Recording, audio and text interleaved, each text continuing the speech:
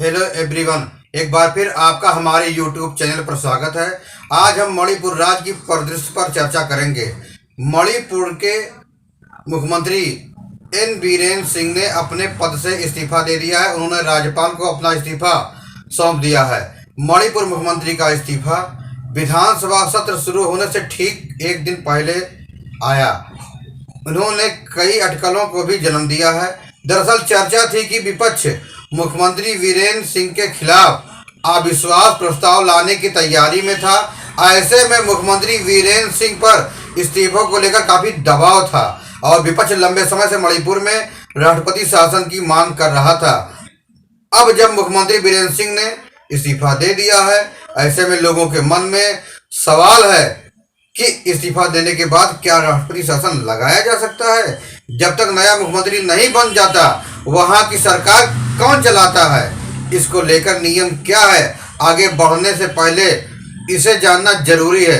भारतीय संविधान में किसी भी राज्य में सरकार चलाने को लेकर कुछ नियम बनाए गए हैं। अगर किसी राज्य का मुख्यमंत्री इस्तीफा देता है तो राज्य का पूरा दायित्व राज्यपाल के पास आ जाता है। ऐसे में राज्यपाल नए मुख्यमंत्री के चुनाव तक मौजूदा मुख्यमंत्री को एक्टिव मुख्यमंत्री के पद पर बने रहने का आदेश दे सकते हैं। हालांकि एक्टिव मुख्यमंत्री की शक्तियां सीमित होती हैं। विधानसभा में राजनीतिक संकट या विशेष परिस्थितियों में राज्यपाल राष्ट्रपति शासन की सिफारिश भी कर सकते हैं। इसके बाद राष्ट्रपति इस पर विचार करते हैं और फैसला लेते हैं। फिलहाल मणिपुर में सत्तारूढ़ भाजपा के पास विधानसभा में पर्याप्त बहुमत है। ऐसे में राजनीतिक संकट की स्थिति नहीं है। ज्ञात हो कि मैतेई कुकी समुदाय के बीच करीब 2 साल के लंबे संघर्ष के दौरान विपक्ष लगातार उनके इस्तीफे की मांग कर रहा था। हालांकि वीरेंद्र सिंह राज्य में शांति बहाल करने की बात करते रहे, लेकिन दिल्ली में गृह मंत्री अमित शाह से मुलाकात के बाद उन्होंने राज्यपाल को इस्तीफे सौंप दिया। श्री सिंह 2017 से लगातार मणिपुर के विकास के लिए अथक प्रयास कर रहे हैं। उनका इस्तीफा राज्य की अखंडता की रक्षा के लिए उनकी गहरी प्रतिबद्धता को दर्शाता है। सूत्रों के हवाले से बताया है कि मई 2023 में हिंसा भड़कने के बाद भाजपा के ही 12 विधायक मुख्यमंत्री के इस्तीफे पर जोर दे रहे थे। इसके अलावा कानराड संगमा की नेशनल पीपुल्स पार्टी ने भी भाजपा से समर्थन वापस ले लिया था। ऐसी संभावना थी कि फ्लोर टेस्ट में पार्टी व्हिप का उल्लंघन होगा। इस संभावना को टालने के लिए मुख्यमंत्री सिंह ने केंद्रीय नेतृत्व से बात कर इस्तीफा दे दिया। एन वीरेंद्र सिंह के इस्तीफे के बाद कांग्रेस नेता राहुल गांधी ने पीएम मोदी और भाजपा पर जमकर निशाना साध रहे हैं। राहुल गांधी ने कहा कि सार्वजनिक दबाव, सुप्रीम कोर्ट की जांच और कांग्रेस के अविश्वास प्रस्ताव ने मुख्यमंत्री वीरेंद्र सिंह को इस्तीफे देने के लिए मजबूर कर दिया था। उन्होंने कहा कि करीब 2 साल तक भाजपा के मुख्यमंत्री वीरेंद्र सिंह ने मणिपुर में विभाजन भड़काया और पीएम मोदी ने उन्हें मणिपुर में हिंसा, जानमाल के नुकसान और भारत के विचार के विनाश के बावजूद बने इस पद पर बने रहने दिया।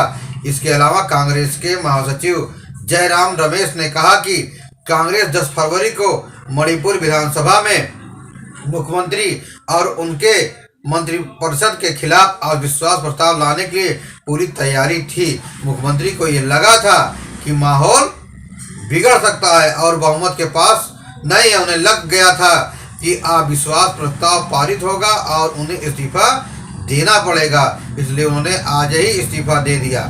जयराम ने कहा कि एन बीरेन सिंह तो एक कठपुतली थे, गृह मंत्री अपनी जिम्मेदारी क्यों नहीं समझते, इस्तीफा तो उन्हें देना चाहिए।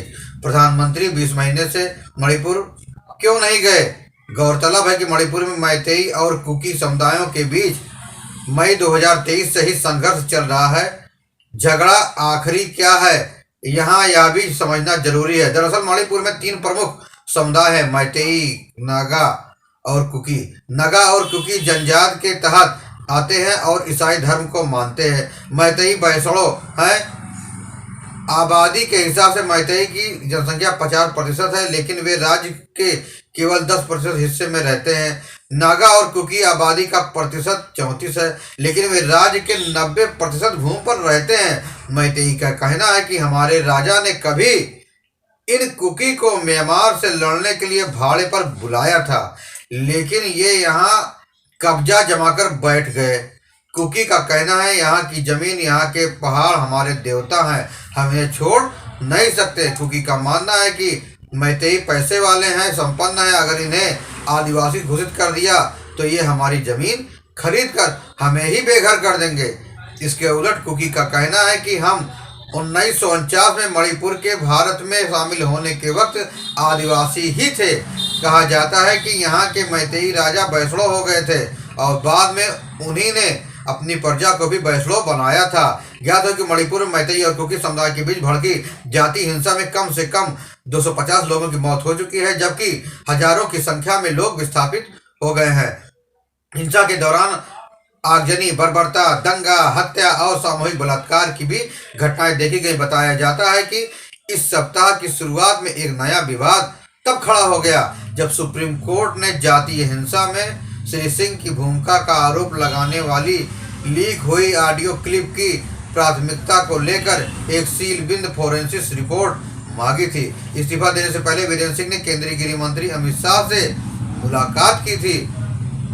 वीरेंद्र सिंह को राज्य में जातीय संघर्ष के निपटने के तरीके को लेकर विपक्ष के निशाने पर रहे। लगातार हो रही आलोचना के बीच वीरेंद्र सिंह का इस्तीफा सामने आया। कांग्रेस विधानसभा में अविश्वास प्रस्ताव लाने पर चर्चा कर रही है। जानकारी के मुताबिक वीरेंद्र सिंह कांग्रेस द्वारा प्रस्तावित अविश्वास प्रस्ताव से बचना चाहते थे, क्योंकि उन्हें अपनी पार्टी के विधायकों के समर्थन पर भरोसा नहीं था, इसलिए उन्होंने इस्तीफा देना बेहतर समझा। हालांकि पिछले दिसंबर में ए.के. भल्ला की राज्यपाल के रूप में नियुक्ति के बाद से ही उनका इस्तीफा तय लग रहा था। बहरहाल यह प्रश्न उठता है कि क्या मणिपुर में मुख्यमंत्री वीरेंद्र सिंह के इस्तीफे के बाद हिंसा थम जाएगी? उनके त्यागपत्र के बाद हिंसा थमेगी? क्या कानून व्यवस्था फिर से बहाल होगी? यह ऐसा प्रश्न है, इसका उत्तर जानने के लिए मणिपुर की जनता बेताब है। बहरहाल आपको यह खबर कैसी लगी? फिर मिलेंगे नई जानकारी के साथ, नई खबरों के साथ। तब तक के लिए जय हिंद, वंदे मातरम।